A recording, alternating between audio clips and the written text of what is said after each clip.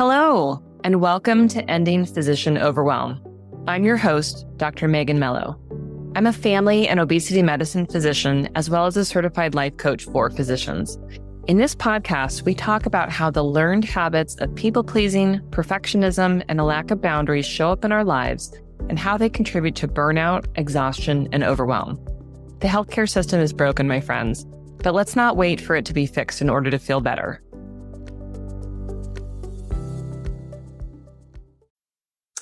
Hello and welcome to the show. Today is another special guest episode, and I am being joined by Dr. Katrice Brooks. Dr. Brooks is a double board certified physician in family and lifestyle medicine with over 10 years of experience in primary care after completing her medical training at Loyola University, Chicago Stritch School of Medicine, followed by residency at West Surburban Family Medicine Residency in Oak Park. She values spending time with her patients and connecting with them in order to provide whole person care. She's passionate about health equality and patient autonomy, as well as improving lives by reducing medication burden. Yes, please. In 2021, she founded Quench Clinic Fitness and Spa, a wellness center to accomplish this, serving Milwaukee, Wisconsin, and the Chicagoland area. The DPC offers a virtual gym to patients, and Dr. Brooks offers medical aesthetics with a passion for making darker skin glow. Dr. Brooks, thank you so much for joining me today. I'm really looking forward to our conversation. Dr. Mello, thank you so much for having me. I'm so excited to be here. Yeah, it's funny. We were just chatting about all of the tech challenges that we're experiencing, which we won't belabor, but we're just going to move forward. We are going to be willing to take action imperfectly because we want to bring our conversation to you today. So bear with us, gentle listener. All right. So Dr. Brooks, I'm going to start us right off. Part of your story is that you ran into some difficult circumstances in your life that led you to realize that you were feeling really burned out. And I'd love for you to share with my listeners, like, what happened and how did you start to become aware of what you were feeling? That's a great question. I don't think that the journey through burnout was sort of a slow one for me. It was probably a year 5 of actually practicing that I realized, you know what, something's off. This is not at all what I thought it would be. I was dreading going to work. I would hate it. I would wake up and like, I gotta work today. On the weekends, I was just like, I should be charting. I felt like very overwhelmed. I describe the sensation of feeling like I was literally drowning. Like I'm supposed to be treading water, but I'm drowning. And also at the 5-year mark in, I started asking for help from my colleagues and my corporation. Like, all right, let's do more urgent care, right? Maybe it's more work, the right kind of work. So if I have a different mix, I'll survive. My corporation at that time, they actually allowed me to do urgent care, and I did it. I made a bunch of money, but they weren't at the time allowing me to reduce my family medicine. So I was actually just working more instead of working, the 40 hours is really like 60 hours. I was working like 80 hours. Yeah. For a while. So for a while, I was existing and really depressed. And, because I was depressed, it was reflecting in that, I was gaining weight and eating terribly and just, depressed and, unconnected. And then my mom got sick. So that was in 2018. So that was also, it was a little, that was when I had done more urgent care for about a year or so. And then just out of the blue, she had an episode of VTAC and then a anoxic brain injury. She struggled with drug addiction my whole life. And so this is kind of what led to it. But because of that, she ended up in a coma for a month in 2018. But that really forced me to pause. It was a forced pause. So she hospice. I just took FMLA off work for a month while she was in hospice to be with her. And it just, it was like, these things aren't right. And I felt then I had to change something. So then I started to look around and change stuff, and I will come to that. But yeah, it was initially, it was that kind of uneasiness of something's not right. I'm really unhappy. This is not what I thought that medicine would be. And that, life is like that. Most things are not in our mind, but it's like, am I able to live with it the way that it is? And I realized, no, I don't quite like it. So I I tried to fit it. Yeah. Yep. Pivot enough that I could to give myself some space. Yeah.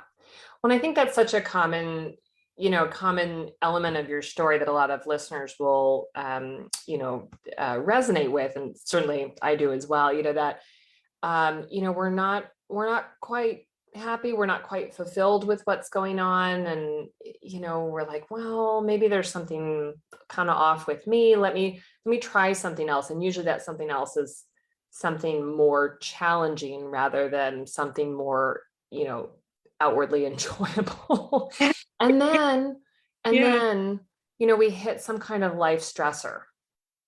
And, and that really sort of forces us to put a pause there, to put a stop there and be like, oh, no, wait, what's really going on? Is this really what I want?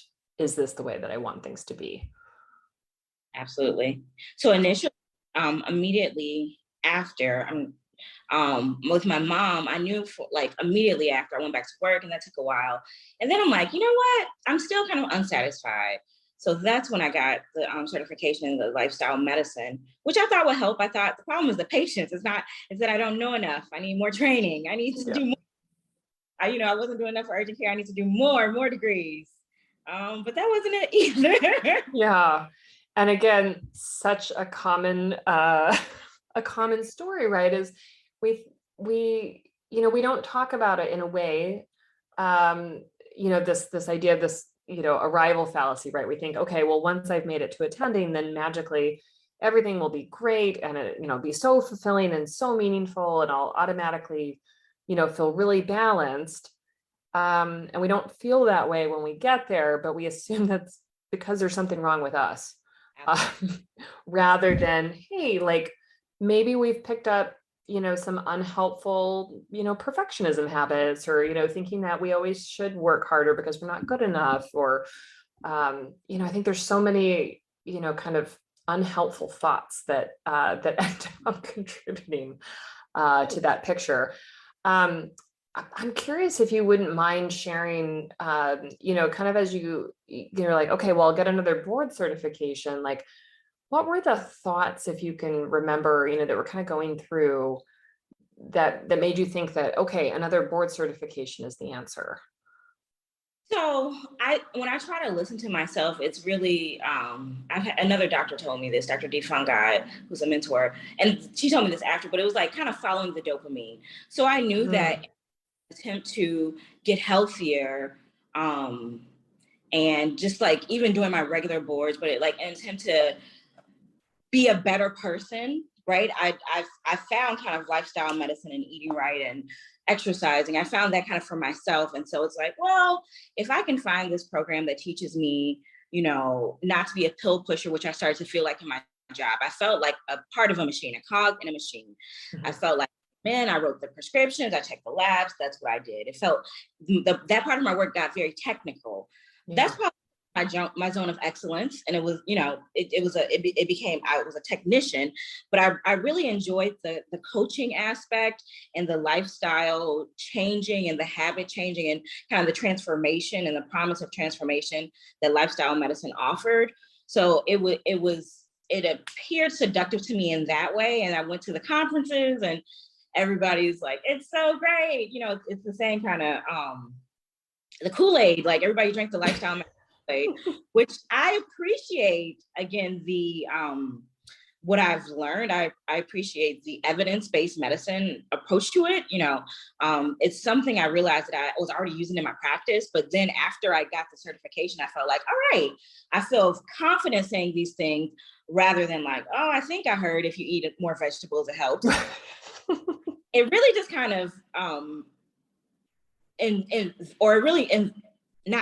really validated who I was and what I was already doing. I also really like that lifestyle medicine kind of takes mental health into part of it. Just it seemed like a more holistic approach to medicine than just allopathic medicine, though it is part of medicine. Right.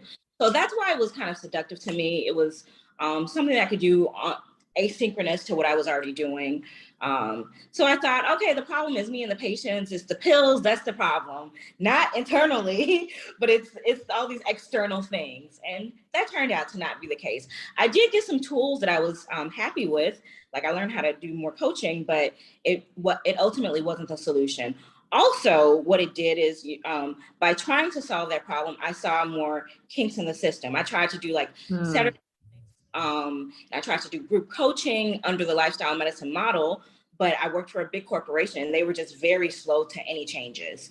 So I was trying to do virtual visits before COVID and all this other stuff, but the company, I was one of many, and they couldn't figure out how to allow me to pivot to make any of those changes. Yeah. So they wanted you to remain a technician. Yes. That's how the system works. The system was built for me to be a technician in that very way. Yeah. So, and I think it's, it's so dissatisfying for many of us. I don't know, it's my personal belief. It's not necessarily wrong of them. They're running a business, but it isn't what we wanted to do. It isn't the way that we wanted to have an impact on people's lives, I think, for many of us. Absolutely.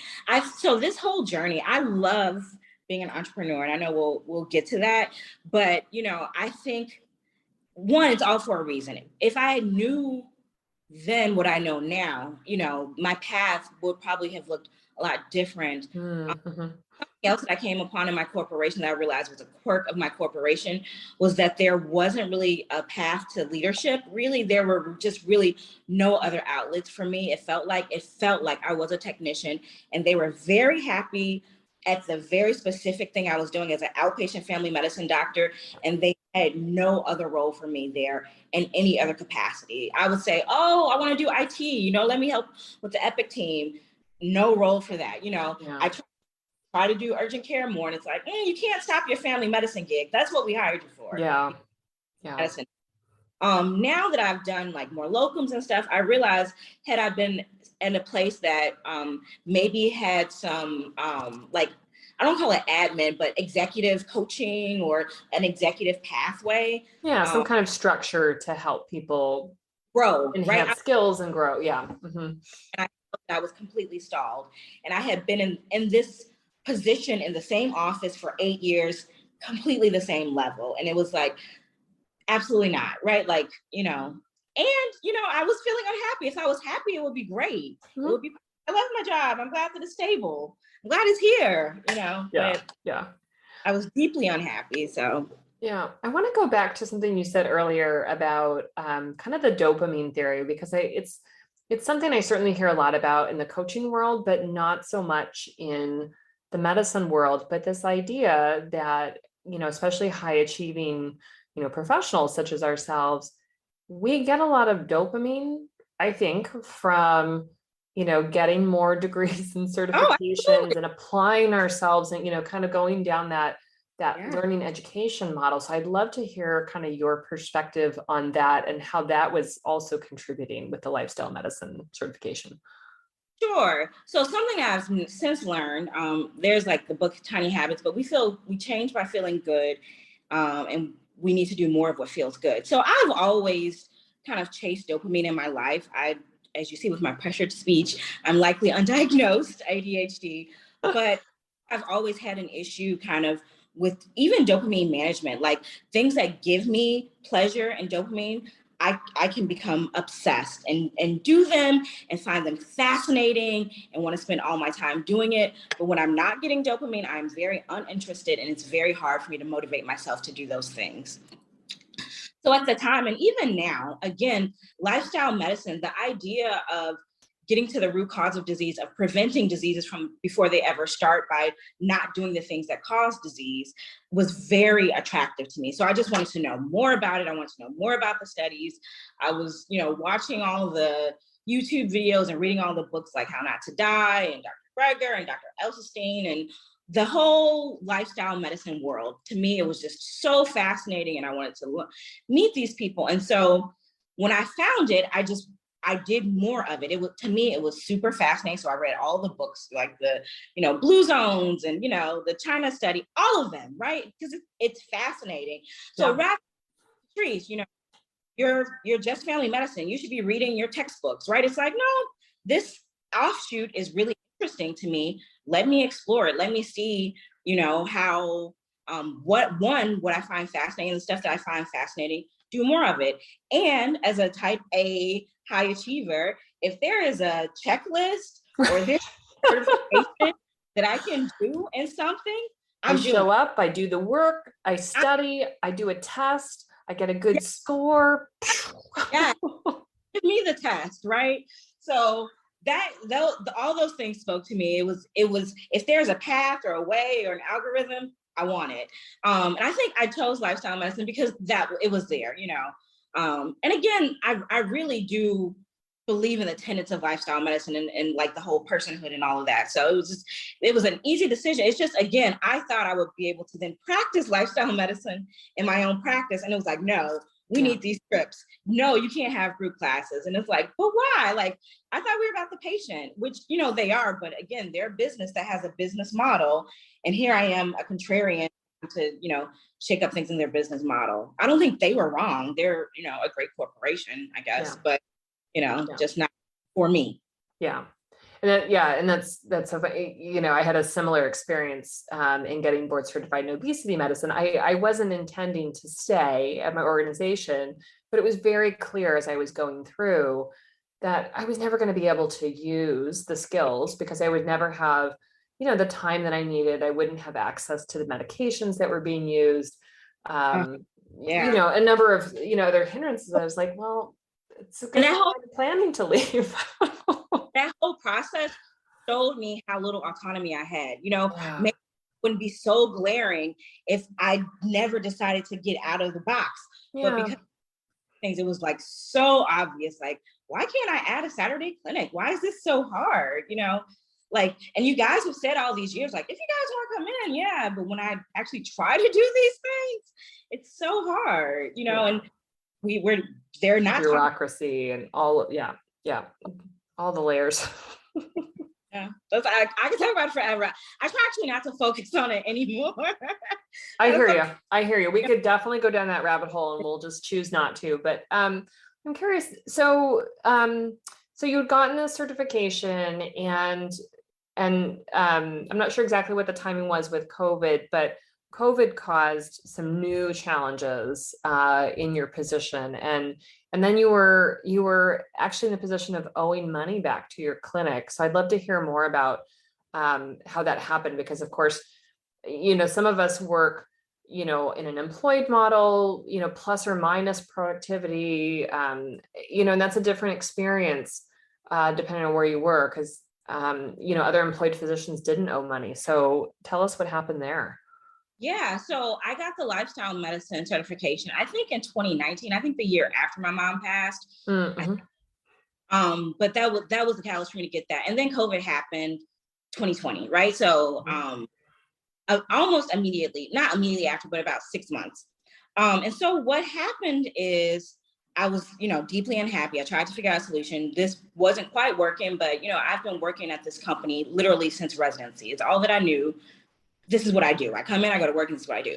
Yeah. So COVID happened, and COVID, changed everything for everybody, like, especially us in medicine, right? So it was a terrifying time when COVID first happened. We weren't even seeing patients in the office. We were coming to the office. We didn't know anything about PPE. Mm-hmm. We were coming to the office, no temperatures initially. I mean, all the stuff. But initially, we were coming to the office, and we were not seeing patients. Eventually, we added like phone visits and video visits. And then we did like a, 25% schedule, 75%. But this is over months because COVID, very slow. Yeah. Don't know anything. So there were periods, though, where we weren't seeing patients in the office, but the corporation said, well, you have to be here 8 to 4, right? Like, you have to be in the office, which is okay, fine. But since not since residency, but after the first 2 years of working at this corporation, I went off of a guaranteed salary to a productivity model. And so it was a eat what you kill mentality. So I only would get paid based on what I billed. Mm-hmm. way to smooth that over for doctors so that it's not a large fluctuation every month or us not getting paid is the corporation, and I think a lot of people do this, is they look at what you had for the previous year and give you we call it a draw rate, but they give you kind of a guess at what you're going to make. And if you don't make that, then you owe it. But there's COVID, right? So yeah. The draw rate that we're having literally the year that COVID hits 2020, they actually know almost immediately that that's too much, that we're not seeing enough volume for you to take this home. So they actually restricted our salaries then during COVID. In 2020, we got paid 80% of what we were normally getting. But everybody was happy because we had jobs, right? So this is at least guaranteed employee. And it was 80% for the physicians who took a draw rate. But the rest of the staff, actually, I think the corporation did well by them and just paid them what they were supposed to get paid, as they should. But because, again, COVID was so devastating and just we didn't know anything the first year, I didn't make close to what they thought that I was going to make. And so there was like a protected period, I think the first 2 months of COVID, COVID was March was kind of the shutdown, and then but so the first 2 months they said, okay, we know there was this pandemic, but the rest of it is it's still RVU, so it's still. And so I then ended up in 2021. So I came to work all of 2020. Again, they were telling us you have to be in office. So though I'm not seeing patients, I'm sitting in the office, spending my time. But I came to work all of 2020. And then in 2021 was when they told me that I owed them $20,000. This is on top of the year that I got paid the lowest salary I've ever gotten. Ever made, right. Ever, 10 years, because it's COVID and they had to restrict our pay. And I'm paying back. And so what I ended up making that year was probably, and this is a podcast for physicians, but it was, probably $70,000 less than my starting pay in 2013 when I was a brand new attending. And so 2021 was when it was the no turning back point. That was my breaking point. At this point, I'm depressed. I know that I'm burned out and the money's not right. And it's just so none of the equation works any longer, right? Yeah. So before it was well, I'm going to figure out happiness, but, while making money, but now I'm not making the money. I'm not happy. I have no autonomy. My mother is, these reasons that I thought that I had to stay in this city with this company, all these things that were true. COVID happened. So we thought we had to work for a company in person, and COVID changed that for the world. Blew it up, Soon truths. It made me realize these are not truths. These are things that I'm telling myself and that I'm believing, but that I'm not beholden to them. I don't have to work for this company any longer, right? I can find something that serves me. Well, it's so funny. A couple things occur to me there. One is, the idea of eat what you kill as a business model. And it became eat what you kill, but we're only letting a trickle of animals into the forest, right? So also, I eventually went to DPC, but I felt sometimes nasty about eat what you kill. Yeah. All of this, right? We even think the fee for service, maybe it not promotes, but the way that the system is set up, it's the more visits that we have, the more money we make, except it's the whole, right? Yeah. But it is eat what you kill, but you can only see, a patient every 2 hours because of social distancing or whatever it is, Yeah. It's funny that part didn't change. Funny and not funny, and right. Interesting and not interesting, right? It's well, we're going to adjust the way that, we see patients out of safety, but not the way that we think about how the money flows back and forth or the care that's provided. Because we were similar. We were shut down and not seeing patients in person in the clinic for quite some time. There was still care happening, but not the traditional, the way that the traditional insurance model works to bring the money back and forth. And we, many of us cringe at the thought of well, the money, I need some money, right? We don't want to make too much. Yeah. We often go there, but we need, we need to make, a fair wage. And I think there's something Like, just the thought of like owing back money just seems oh my so God. painful on top of not making, what you normally make. And in the Um, midst of COVID, where it's just everybody saying, we love doctors and thank you for coming in, you're our heroes. And but now I have to pay back like half of my salary every month while my hospital CEO is making a bonus, or, they're getting relief and aid from the government, but I'm paying them back money. And it's just, right. Yeah. And that, our it was, patients probably don't understand that either. yeah. Yeah. Yeah. It was like a major insult. And, Yeah. whatever, like, I'm happy it happened, because had that Yeah. not, I would still be at that position likely. Like, I had been burned out years and years, but that kind of sort of what I felt was the insult was like, I can't take that anymore. That's too much, where everything else was slowly eroding, Yeah. I mean, Then that was like the cliff yeah, that tipped you yeah, over. Yeah. yeah. And so then you decided to open up your DPC, which is direct primary care for anyone who's listening. So that's a non-insurance based model where patients typically pay a monthly or a yearly fee to be on your panel. And I would say it's a newer model that's growing in popularity, but has its pluses and minuses, of course. Tell us how that got born for you, Yeah. and what sort of new opportunities and what new challenges that's brought. So the DPC was almost a direct reaction to, having to pay back the money during COVID and just learning about coding. So what I realized that I loved, even with getting the lifestyle medicine, was that I really loved spending time with my patients. I really loved kind of coaching them to overall a better life and better health outcomes over a long-term period, rather than what I thought of as quick medicine, seeing people for 10 minutes and like, all right, I'm gonna see you again in a year. I didn't like that. I like to, how's your mom doing? And like last time you told me about the, like all the family medicine stuff. Yeah. Yeah. Why I went into it. And so I knew that just switching to a different healthcare system to do the same thing wasn't what I wanted. I didn't want to keep seeing 25 patients a day or 30 patients a day and, 5 days. I didn't want to do that. I was burned out from that, from that model. So I knew I wanted to maybe spend time with patients. At first, I thought I maybe wanted to leave medicine, but that wasn't the case. I started listening to a lot of podcasts and just figuring out, how am I going to solve this for myself? In the same way that when my patients come to me and say they have this problem, how are we going to figure this out? So I found my DPC story podcast with, I'm blanking. I love her too. Marielle Concepcion. I love her. She's my friend now. I found Dr. Una's podcast, Entre MD, around the same time in this weird way. And I actually think another specialist was doing direct care. And I'm like, what's direct care? What is it?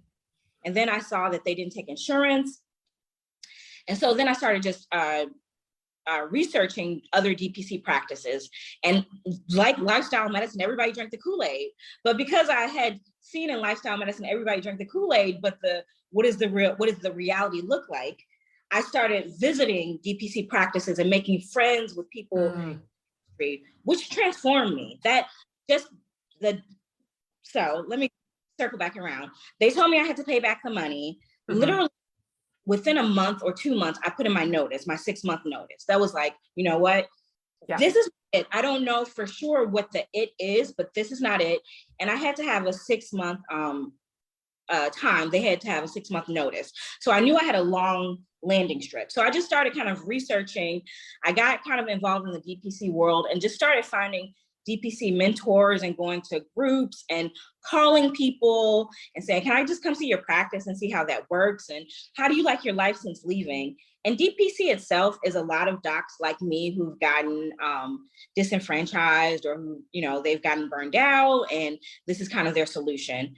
The thing that we love about DPC versus corporate employed practice is that you are the owner and the practitioner, so the practice can look like whatever you need it to look like. It's really, really individualized. It's like a small micro practice, which for me was perfect for like stepping my toe into or not stepping my toe because that makes it seem small, but I'm always the type of person that says, do a little of it to see, right? So you think you want to be a pilot, take some, flying classes. So creating a micro clinic or creating a small panel, to me, with a low overhead where I'm the sole practitioner, or maybe with a virtual assistant, seemed like a natural kind of solution to have a proof of concept for a clinic for myself.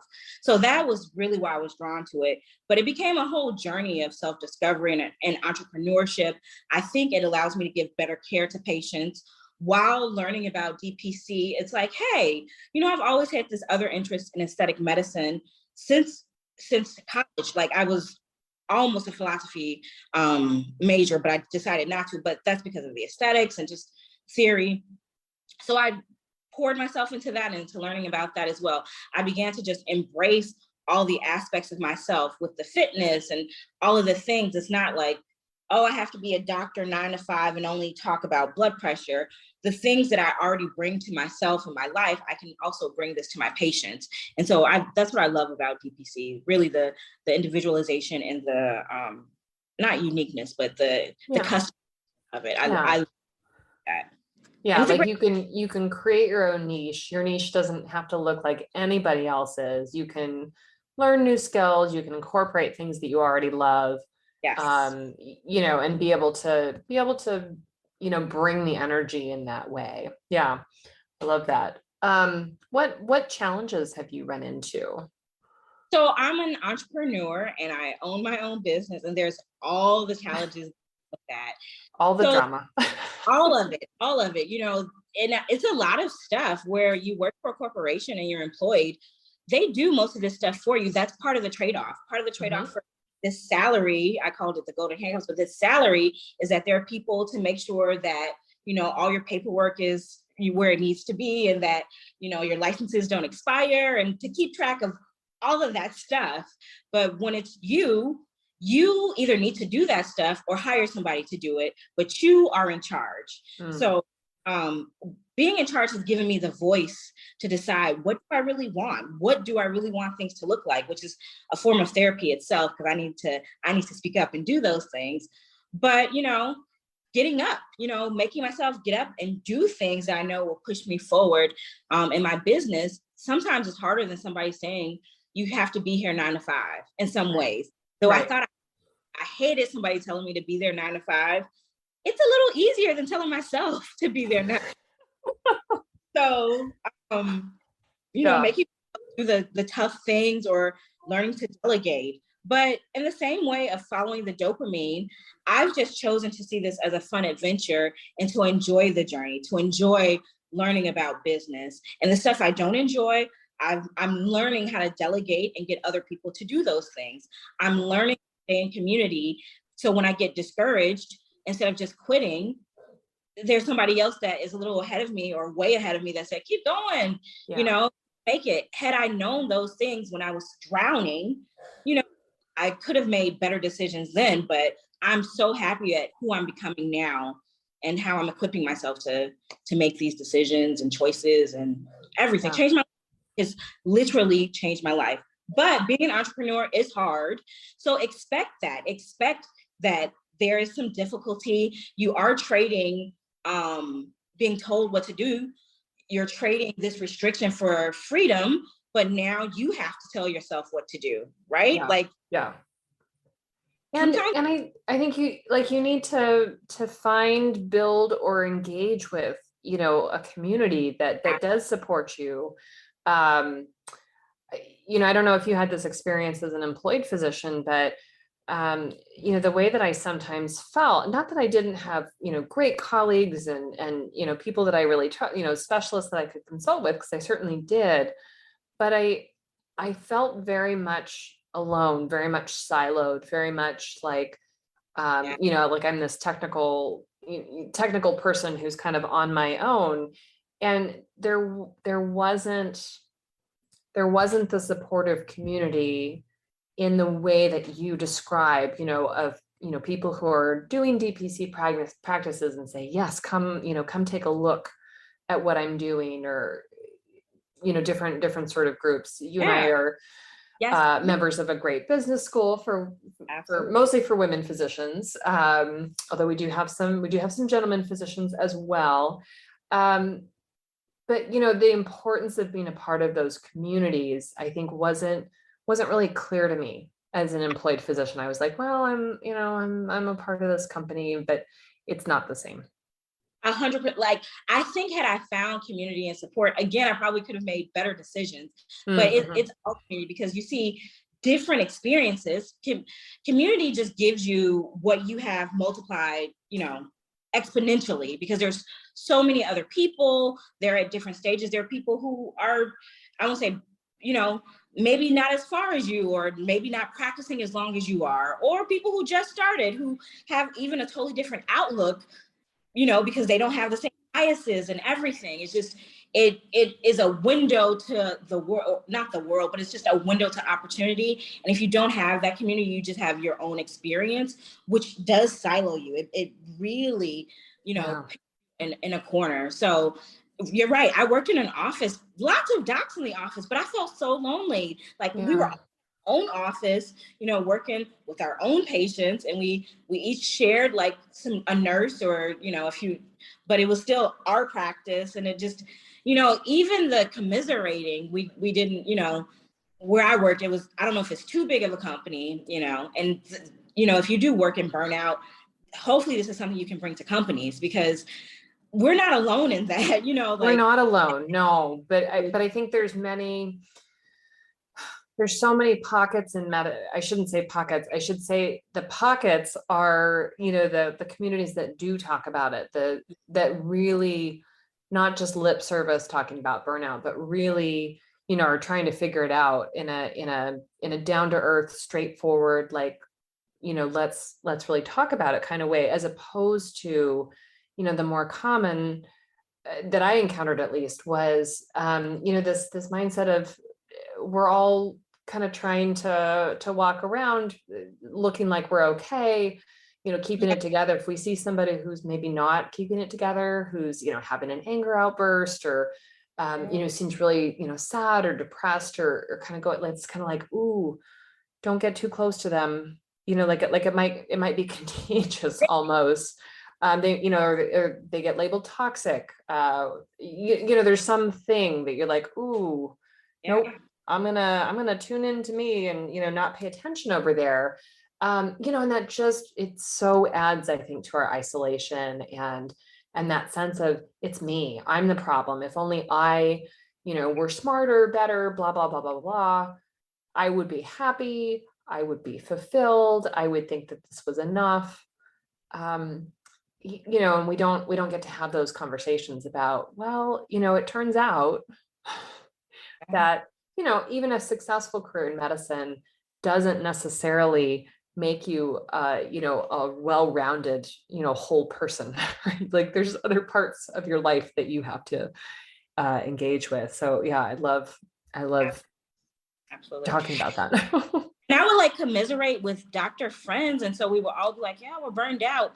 But that's literally what we were doing. It wasn't solutions for it. It was just right. like, who knew that it would suck so bad? And we're all just like, yeah, it sucks. Yeah, let's complain about this patient and that nurse, like whatever the things are, right? I think that, again, it's you, the people, rather than the system that is what's going on. Yeah.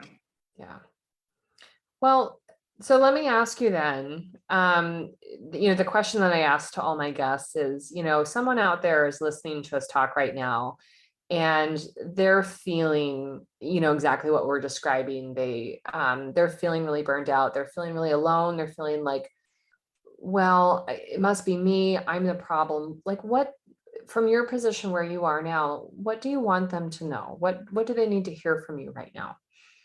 It is that there is hope, right? All is not lost. There is hope. Things can and will get better, but you probably have to change. And that means taking the next step, whatever that action step is, whatever the dopamine or in your heart that is saying, you know what, you have to do this. It may not be leaving your job. I'm not advocating that everybody quit, though maybe you do need to quit, Sometimes we do, but that's not enough. Something else about us needs to change, not in a something needs to change, plain right? way. Yeah. you feel that something is wrong, something needs to change, because otherwise you're going to keep feeling this way. But that change is completely attainable. And it's really the smallest thing you can do is just really action. If that's getting a coach, if that's, doing therapy, if that's maybe seeing if that next board certification is what you need, maybe it is, only you know that. But keep trying and keep pivoting. Don't give up, because you give up, you look up 10 years later, you're still in the same company and you hate your life. Right. Life is for living, and we're meant to have full lives that we enjoy. We're meant to have friendships and family relationships and time to spend with them. So work towards what you want. If you keep working towards what you want and putting your eye on that, you'll get more of that. So it's to not drown in the hopelessness. I just want to give them hope. That's what I do. I'm a hope giver. I'm a cheerleader. Yeah. Well, there is hope. I think I hear in your words too, like there's this, try something. Yeah. Be Anything. willing to fail, but not see the failure as a failure. Yeah. Like the failure is growth. It gives you information. Like just as you shared in your story, if you could plan things out, maybe you would have planned things out differently. But, as you progress through your story, each little thing was bringing you closer to where you are right now, right? Like you had to go through the experience of that big push of owing money back to be like, you know what? It's clear to me that this is no longer serving me. Absolutely. And that's my jump, that's where I'm saying, okay. Trying something, even when I say if I could go back, I would do things differently. It's just that I have now new information, so I would do things differently, but it's still the doing. It's still in the action that things would change. Because again, if you don't change anything, nothing changes. You're going to be there hating, or if you don't, you're just going to be in the same place. I looked, 8 years had passed by and I was literally in the exact same place, except probably worse because I was getting paid less, but in the exact same place. But I started doing action when I got a coach, when I started talking to people and going to CMEs that really served me, that was like, okay, well, let me create this LLC and see, let me see this, let me try this. Then I started, let me see what locums is. Then I saw totally different healthcare systems, So it's all in the action though. Like it wasn't, I'm hyper literate. I read lots and lots of books. Even when I was thinking, I'm reading, but it's in the action. It's if I'm reading a book about meditation, starting to meditate, that's going to change your life, not the reading. It's not the reading part. Not the information, but acting on the information. That is really what changed my life.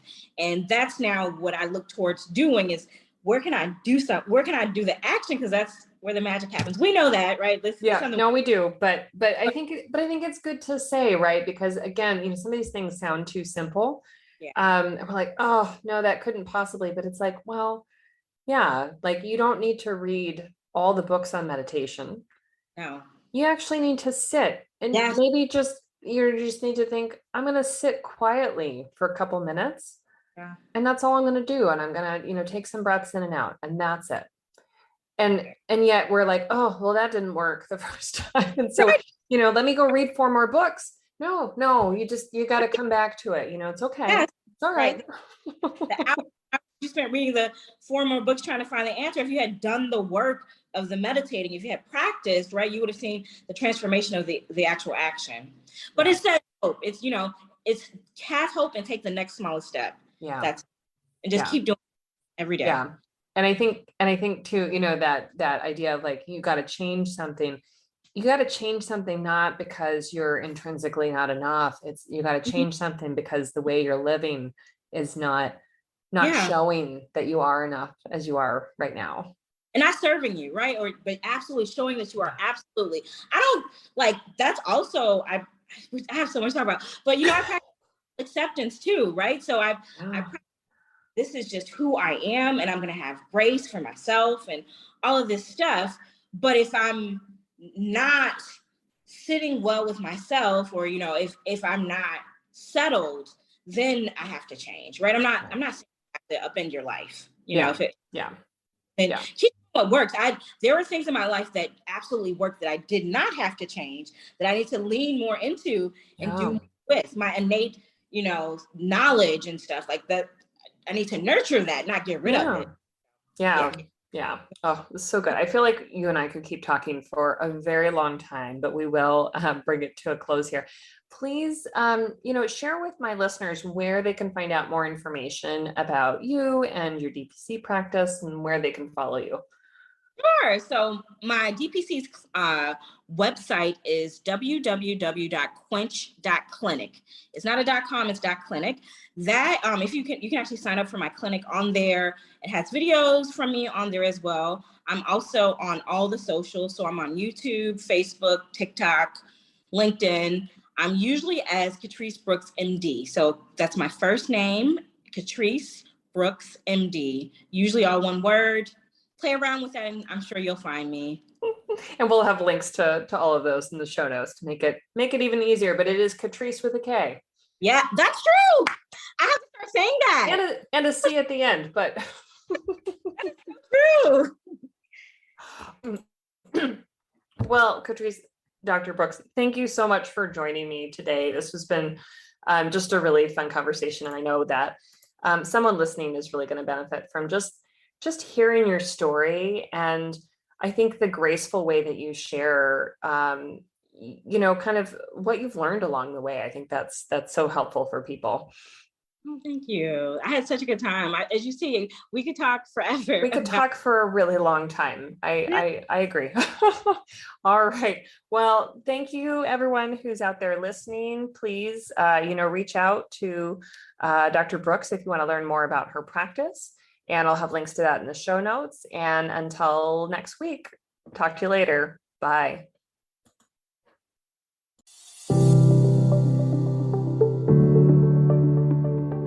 Well, that's our show for today. Thank you as always for listening. To learn more about my coaching programs, head to www.healthierforgood.com. And if you love this podcast, please drop us a review on iTunes or support the show by clicking the link in the show notes. Until next time, take care.